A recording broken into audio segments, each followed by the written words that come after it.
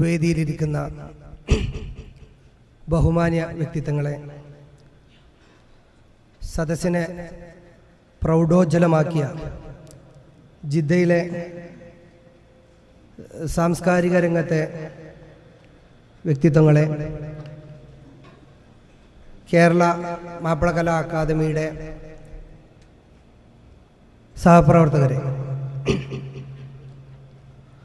മലയാളക്കരയെയും അതിൻ്റെ സാഹിത്യ സാംസ്കാരിക പൈതൃകത്തെയും നെഞ്ചേറ്റിയ ഒരു കൂട്ടർ സ്നേഹത്തിൻ്റെയും സൗഹാർദ്ദത്തിൻ്റെയും സന്ദേശം വഹിച്ചുകൊണ്ട് മതസൗഹാർദ്ദത്തിന് വേദിയൊരുക്കുന്നതിന് വേണ്ടി 10 വർഷങ്ങൾക്ക് മുമ്പ് കേരളത്തിൽ രൂപീകരിച്ച ഒരു സംഘടനയാണ് കേരള മാപ്പിളകലാ അക്കാദമി എന്ന് പറയുന്നത്. കേരളത്തിലെ ഇന്ന് തിളങ്ങി നിൽക്കുന്ന സാംസ്കാരിക സാഹിത്യ നായകന്മാർ തന്നെയാണ് അതിൻ്റെ ഭാരവാഹി സ്ഥാനം വഹിക്കുന്നത്. അതിൻ്റെ ചെറിയൊരു ശാഖ കഴിഞ്ഞ മാസം, കൃത്യമായി പറഞ്ഞാൽ ഇന്ന് 1 മാസം തികയുകയാണ്, 1 മാസങ്ങൾക്ക് മുമ്പ് ജിദ്ദയിൽ രൂപീകരിക്കുകയുണ്ടായി.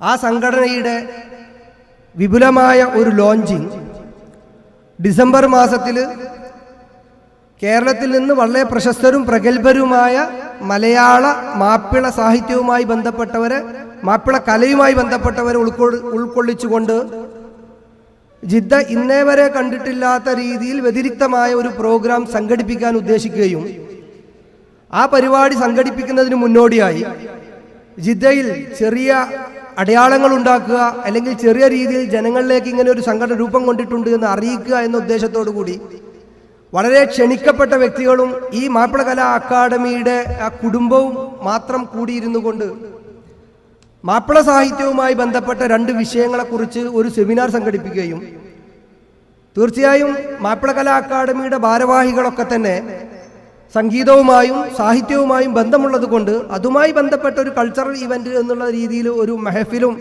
സംഘടിപ്പിക്കാൻ തീരുമാനിച്ചതിൻ്റെ അടിസ്ഥാനത്തിലാണ് ഇവിടെ കൂടിയിരിക്കുന്നത്. ഞാൻ വളരെ സന്തുഷ്ടനാണ്. വളരെ ചുരുങ്ങിയ കാലം കൊണ്ട് ജിദ്ദയിലെ ഏറ്റവും പ്രഗത്ഭരും പ്രശസ്തരുമായവരുടെ ഇടയിൽ ചെറിയൊരു അംഗമാകാൻ സാധിച്ചു എന്നുള്ളതാണ് എൻ്റെ സൗഭാഗ്യം. കാരണം ഇങ്ങനെ ഒരു കേരള മാപ്പിളകലാ അക്കാദമി എന്ന് പറയുന്ന സംഘടനയുടെ ശാഖ രൂപീകരിക്കുന്നതുമായി ബന്ധപ്പെട്ട് സംസ്ഥാന പ്രസിഡന്റ് PH അബ്ദുള്ള മാസ്റ്റർ ഇവിടെ എത്തിയപ്പോൾ ഈ ജിദ്ദയിലെ അതുമായി ബന്ധപ്പെട്ട ഏറ്റവും പ്രഗത്ഭരും പ്രശസ്തരുമായ വ്യക്തിത്വങ്ങളാണ് ഇതിനോട് ചേർന്നിട്ടുള്ളത്. അതുകൊണ്ട് തന്നെ ഈ സംഘടനയുടെ ഇവിടുത്തെ ഭാരവാഹികൾ എന്ന് പറയുന്നത്, ഇതിൻ്റെ ആൾക്കാരെന്ന് പറയുന്നത് ഇവിടെ തങ്ങളുടേതായ രീതിയിൽ അവരുടെ വ്യക്തിത്വം കാണിച്ചവരാണ്, അറിയിച്ചവരാണ്, ഈ മേഖലയുമായി ബന്ധപ്പെട്ടവരാണ്. അതുകൊണ്ട് തന്നെ അത് ഭാഗഭേദമില്ലാതെ, മതവ്യത്യാസമില്ലാതെ, രാഷ്ട്രീയ വ്യത്യാസമില്ലാതെ എല്ലാവരെയും ഉൾക്കൊള്ളിച്ചുകൊണ്ട്, അത് ഞാൻ ഓരോരുത്തരെ എടുത്ത് പറയണം എന്ന് ആഗ്രഹിക്കുന്നില്ല, വ്യത്യസ്ത മേഖലയിൽ സംഗീതവുമായി ബന്ധപ്പെട്ട് ആ മേഖലയിലെ വളരെ പ്രശസ്തരായിട്ടുള്ള ജമാൽ പാഷയെ പോലെയുള്ള, മഷൂദ് തങ്ങളെ പോലെയുള്ള, ഹക്കിനെ പോലെയുള്ള, കരീമിനെ പോലെയുള്ള, മുഹമ്മദ് കുട്ടി തുടങ്ങിയുള്ള എല്ലാ ആൾക്കാരും. ഇനി അതിൻ്റെ മറ്റൊരു വശം എടുത്തു കഴിഞ്ഞാൽ രാഷ്ട്രീയ, അവർക്ക് ഒന്ന് തിരിഞ്ഞ് അങ്ങോട്ടും ഇങ്ങോട്ടും നടക്കാൻ പോലും അവസരം പോലും കിട്ടാത്ത ആൾക്കാർ, തിരക്ക് പിടിച്ച അബൂബക്കർ അജ്മീറെ പോലെ ഇഷ്ടം പോലെ പ്രോഗ്രാമുകൾക്കിടയിൽ ഇതിനു വേണ്ടി ഇതിൻ്റെ താല്പര്യം കൊണ്ട് മാറ്റിവെച്ച കാവുങ്ങലിനെ പോലെ ബിസിനസ്സുകളുടെ ലോകത്ത് വിരാജിക്കുകയും സൗദിയിൽ തന്നെ വല്ലപ്പോഴും ഉണ്ടാകുകയും ചെയ്യുന്ന ബിസിനസ് ടൂർ നടത്തുന്ന അലി അക്ബറിനെ പോലെയുള്ള ആൾക്കാർ, സംഘടനകളുടെ ബാഹുല്യത്തിൽ അങ്ങ് ഇഷ്ടം പോലെ പ്രോഗ്രാം നടക്കുന്ന ഷമീർ, അതുപോലെ ബിസിനസ് രംഗത്തുള്ള ഷാജി, അതുപോലെ സുൽത്താൻ തുടങ്ങിയിട്ടുള്ള കബീർ പോലെയുള്ള ഒരുപാട് ജിദ്ദയിലെ വളരെ പ്രശസ്തരും പ്രഗത്ഭരുമായ വ്യക്തിത്വങ്ങൾ ചേർന്നിട്ടാണ് ഇങ്ങനെ ഒരു സംഘടന രൂപീകരിച്ചിട്ടുള്ളത്. ഇൻഷാ അല്ലാഹ് അതിൻ്റെ വിപുലമായ ലോഞ്ചിങ് ഞങ്ങൾ ഉദ്ദേശിക്കുന്നത് ഡിസംബറിലാണ്. വ്യത്യസ്തമായ പരിപാടികളോട് തന്നെയാണ് ഇതിവിടെ നടക്കുന്നത്. മലയാള സാഹിത്യത്തിൽ വളരെ വ്യക്തമായ ഒരു പങ്ക് നിർവഹിച്ചിട്ടുള്ള ഒരു വിഭാഗമാണ് മാപ്പിള സാഹിത്യം എന്ന് പറയുന്നത്. മാപ്പിള സാഹിത്യം എന്നുള്ളത് മാപ്പിളപ്പാട്ട് എന്ന് പറയുന്ന ഒരു വൃത്തത്തിൽ കെട്ടിയിട്ട് പോകുന്ന ഒരു സാഹചര്യത്തിൽ അതിനപ്പുറത്ത് എന്താണ് മാപ്പിള സാഹിത്യം എന്നുള്ളത് അറിയിക്കാനും, അത് ഏതെല്ലാം വിധത്തിൽ അതിൻ്റെ റോളുകൾ ഉണ്ടായിട്ടുണ്ട്, എന്നുള്ളത് കാണിക്കാനും അറിയിക്കാനും ജനങ്ങളോട് പറയാനും വിളിച്ചു പറയാനും, അതുപോലെ തന്നെ ഇതുമായി ബന്ധപ്പെട്ട് അല്ലെങ്കിൽ ഇതിനോട് കണക്ട് ചെയ്തിട്ടുള്ളതുമായി ബന്ധപ്പെട്ട് ഒരുപാട് പ്രതിഭകൾ ഇവിടെയുണ്ട്. അത്തരം പ്രതിഭകൾക്ക് അവരെ വിളിച്ച് അവരുടെ വിഭവങ്ങൾ എല്ലാവരിലേക്കും എത്തിക്കുന്നതിന് വേണ്ടിയിട്ടാണ്. ഇപ്പോൾ ഞാൻ കൊണ്ടോട്ടിക്കാരനാണ്. മാപ്പിള സാഹിത്യത്തെ പറ്റി പറയുമ്പോൾ കൊണ്ടോട്ടിയിൽ അവിടുത്തെ ഒരു കൊയ്ത്തുത്സവമായിട്ടാണ് കൊണ്ടോട്ടി നേർച്ച നടക്കാറുള്ളത്. ഈ കൊണ്ടോട്ടി നേർച്ചയിൽ വളരെ സംഗീതാത്മകമായി പോകുന്ന, ഒരു പക്ഷേ കൊണ്ടോട്ടി നേർച്ച എന്ന് കേൾക്കുമ്പോൾ നമ്മളെ ചെവിയിലേക്ക് വരുന്ന ഒരു സംഗീതമുണ്ട്. ഞങ്ങളുടെ നാട്ടുകാരതിന് പറയാറുള്ളത് ചീനിമുട്ട് എന്നാണ്. അവിടെ ഒരു കുട്ടിയാലിയൊക്കെയും ഒരു സംഘവും ചീനിമുട്ടി അങ്ങനെ പോവും. അതാരും ശ്രദ്ധിക്കാതെ, അതെവിടെയും പരാമർശിക്കാതെ പോകുന്ന ഈ സംഗീതത്തിൻ്റെ ബാക്കി ഭാഗങ്ങളിൽ ഇങ്ങനെ പോകുമ്പോൾ നമ്മൾ വലിയ വലിയ പ്രോഗ്രാമുകളൊക്കെ നടക്കുമ്പോൾ ലോകപ്രസിദ്ധ സംഗീതജ്ഞരുടെ ഒക്കെ ഇതിൽ വരുമ്പോൾ അവിടെ ബിസ്മില്ലാ ഖാനെ പോലെയുള്ള ആൾക്കാർ ഷഹനായി വായിക്കുന്ന ഇതും ഇവിടെ കൊണ്ടോട്ടി നേർച്ചയിൽ കുട്ടിയാലാക്കയുടെ നേതൃത്വത്തിൽ പിന്നെ ഈ പറയുന്ന ചീനിമുട്ട് വായിക്കുന്നതും ഒരേ ഉപകരണമാണെന്ന് മനസ്സിലാക്കുകയും എന്തുകൊണ്ട് ബിസ്മില്ലാ ഖാൻ ലോകത്ത് കിട്ടിയിട്ടുള്ള അംഗീകാരത്തിൻ്റെ ഒരു ഭാഗത്തേക്ക് അല്ലെങ്കിൽ അതുമായി ബന്ധപ്പെടുത്തി നമുക്ക് ഇതൊരു മാപ്പിള കലാരൂപമായി എന്തുകൊണ്ട് തഴയപ്പെടുന്നു എന്നുള്ളൊരു ചിന്തയാണ്, ചർച്ചയാണ് അവരെ കൂടെ മുന്നോട്ട് കൊണ്ടുവരാൻ ഞങ്ങൾ ആഗ്രഹിക്കുന്നത്. അതുപോലെ തന്നെ ഇന്ന് കേരളത്തിൽ മാപ്പിള സാഹിത്യവുമായി ബന്ധപ്പെട്ട് വളരെ പ്രഗത്ഭനായ വ്യക്തിയാണ് കരീം മാഷ് എന്ന് പറയുന്നത്, മരിച്ചുപോയി.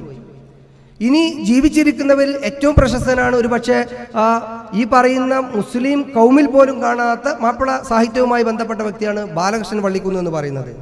നാട്ടിലൊക്കെ വളരെ ഭയപ്പാടോടുകൂടി ജീവിച്ചിരുന്നു. കാരണം ഈ കരീം മാഷ് മരിച്ചോടുകൂടി ഇനി ആരാണ് ഇത് ഏറ്റെടുക്കാൻ എന്നുള്ളൊരു സംശയമുണ്ടായിരുന്നു. അതുപോലെ ബാലകൃഷ്ണൻ വള്ളിക്കുന്നിൻ്റെ കാലശേഷം ഈ മാപ്പിള സാഹിത്യത്തെ ആര് കൊണ്ടുപോകും എന്നുള്ളൊരു സംശയമുണ്ട്. പക്ഷേ ഈ ജിദ്ദയിൽ വന്നപ്പോൾ വളരെ കുറഞ്ഞ നാളുകൾ കൊണ്ട് ഈ മാപ്പിള സാഹിത്യവുമായി ബന്ധമുള്ള ചർച്ചകൾ നടത്തുമ്പോൾ ഞാൻ അത്ഭുതപ്പെടുകയാണ്. ഈ ഉമ്മർ അഞ്ചച്ചവടിയെ പോലെ, ഉസ്മാൻ എടത്തിനെ പോലെ, ഉസ്മാൻ പാണ്ടിക്കാടിനെ പോലെയുള്ള ആൾക്കാർക്ക് മാപ്പിള സാഹിത്യത്തിലുള്ള അവഗാഹം എന്ന് പറയുന്നത് ഒരു കാര്യം തീർച്ചയാക്കുകയാണ്. കരീം മാഷിക്ക് ശേഷമോ അല്ലെങ്കിൽ ബാലകൃഷ്ണൻ വള്ളിക്കുന്നതിന് ശേഷമോ ഈ മാപ്പിള സാഹിത്യം അവസാനിക്കുന്നില്ല. അത് നെഞ്ചോട് ചേർത്ത് പിടിച്ച ഒരുപാട് പേര് നാട്ടിലല്ലെങ്കിലും ഉണ്ട് എന്നുള്ള തിരിച്ചറിവ് അത്തരം ആൾക്കാരുടെ അവരുടെ മനസ്സിലുള്ള ഈ സാഹിത്യത്തെക്കുറിച്ചുള്ള അവരുടെ വിജ്ഞാനം മറ്റുള്ളവർക്ക് പകർന്നു കൊടുക്കുക എന്നീ ഉദ്ദേശങ്ങളോട് കൂടിയാണ് ഞങ്ങളിവിടെ ഇങ്ങനെ സംഘടിപ്പിച്ചിരിക്കുന്നത്.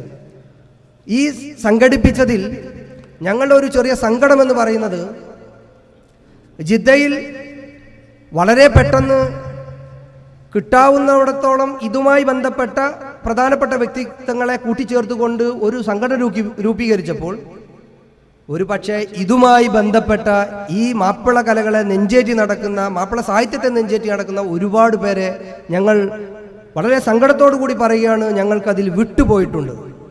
ഞങ്ങളുടെ കമ്മിറ്റി ആഗ്രഹിക്കുന്നത്, കേരള മാപ്പിള കലാ അക്കാദമി ആഗ്രഹിക്കുന്നത് ഇതുമായി ബന്ധമുള്ള ഇത് നെഞ്ചേറ്റിയ എല്ലാ സഹൃദയരും ഈ സംഘടനയിലേക്ക് വരണം എന്നുള്ള ഒരു എളിയ അഭ്യർത്ഥന. നിങ്ങൾ ഇത് ഇവിടെ വലിപ്പ ചെറുപ്പമില്ല. അപ്പം ഞാൻ അത് വളരെ വ്യക്തമായി പറയുകയാണെങ്കിൽ ഈ ജിദ്ദയിൽ രൂപീകരിച്ചിരിക്കുന്ന സംഘടനയിൽ ഞാനൊഴികെ എല്ലാവരും വളരെ പ്രഗത്ഭരും പ്രശസ്തരുമാണ്.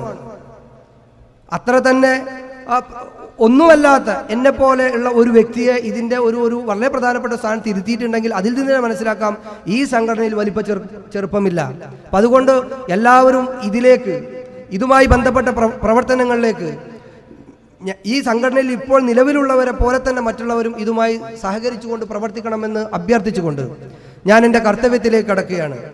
ഇവിടെ വളരെ ടൈം ഷെഡ്യൂളിട്ട പരിപാടികളാണ് നടക്കുന്നത്.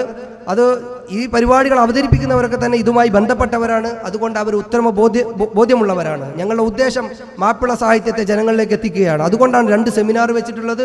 അതിന് വളരെ പരിമിതമായ സമയത്തിനുള്ളിൽ അവർക്കറിയുന്ന ഒരുപാട് വിജ്ഞാനത്തിൽ നിന്ന് വളരെ കുറച്ച് മാത്രം ആ സമയത്തിൽ ഒതുക്കിക്കൊണ്ട് അതിവിടെ അവതരിപ്പിക്കും. അത് അവതരിപ്പിക്കുന്നത് ഒന്ന് ഉമ്മർ അഞ്ചച്ചവടിയാണ്. അദ്ദേഹം അവതരിപ്പിക്കുന്നത് മലയാളത്തിൽ മാപ്പിള സാഹിത്യത്തിൻ്റെ സ്വാധീനമാണ്. അതുപോലെ തന്നെ മാപ്പിളപ്പാട്ട് അന്നും ഇന്നും, അതിനെക്കുറിച്ചൊന്നും പറയുന്നില്ല, കാരണം വിഷയമായിട്ട് തന്നെ ഇവിടെ അവതരിപ്പിക്കുകയാണ്. ഉസ്മാൻ പാണ്ടിക്കാട് അവതരിപ്പിക്കുന്നുണ്ട്. അവരെ ഈ വേദിയിലേക്ക് സ്വാഗതം ചെയ്യുകയാണ്. ഈ മഹനീയമായ നമ്മുടെ കേരള മാപ്പിള കലാ അക്കാദമിയുടെ ഒരു കൂട്ടായ്മ, ചെറിയൊരു കൂട്ടായ്മ, അതുമായി ബന്ധപ്പെട്ടവരുടെ മാത്രമുള്ള ഈ കൂട്ടായ്മ ഉദ്ഘാടനം ചെയ്യുന്നത് ജിദ്ദയിലെ സാഹിത്യവുമായി, മാപ്പിള സാഹിത്യം എന്നുള്ളതിനപ്പുറത്ത് ജിദ്ദയിലെ സാഹിത്യ മേഖലയുമായി ബന്ധപ്പെട്ട ഏറ്റവും പ്രധാനപ്പെട്ട വ്യക്തി തന്നെയാണ് അബു ഇരിങ്ങാട്ടീരി. അദ്ദേഹത്തെ ഈ സംഘടനയ്ക്ക് വേണ്ടി സ്വാഗതം ചെയ്യുകയാണ്. അതുപോലെ തന്നെ ഇവിടെ സംഘടനയുമായി ബന്ധപ്പെട്ടവർ അല്ലാത്തവരുമായി വളരെ പ്രശസ്തരും പ്രഗത്ഭരുമായ വ്യക്തിത്വങ്ങളുണ്ട്. ഓരോരുത്തരെയും പേരെടുത്തു പറഞ്ഞ് സ്വാഗതം ചെയ്യുന്നില്ല. ഇതുമായി ബന്ധപ്പെട്ട് ഇതിനെ സ്നേഹിക്കുന്ന, ഇതിനെ നെഞ്ചിലേറ്റിയ എല്ലാ ആൾക്കാരെയും ഒരൊറ്റ വാക്കിൽ ഈ പരിപാടിയിലേക്ക് സ്വാഗതം ചെയ്തുകൊണ്ട് ഇതിൻ്റെ ഭാവിയിൽ ഇതിൻ്റെ വളരെ വിപുലമായ പരിപാടികൾ നിങ്ങൾക്ക് പ്രതീക്ഷിക്കാമെന്ന് അറിയിച്ചുകൊണ്ട് ഈ പരിപാടിയുടെ നിയന്ത്രണം ഏറ്റെടുക്കുന്നതിന് വേണ്ടി ആദരണീയ പ്രസിഡന്റ് ബഹുമാനപ്പെട്ട മഷൂദ് തങ്ങളെ ക്ഷണിച്ചുകൊണ്ട് എല്ലാവരെയും ഒരിക്കൽ കൂടി ഒറ്റവാക്കിൽ ഈ പരിപാടിയിലേക്ക് സ്വാഗതം ചെയ്തുകൊണ്ട് ഞാൻ നിർത്തുന്നു.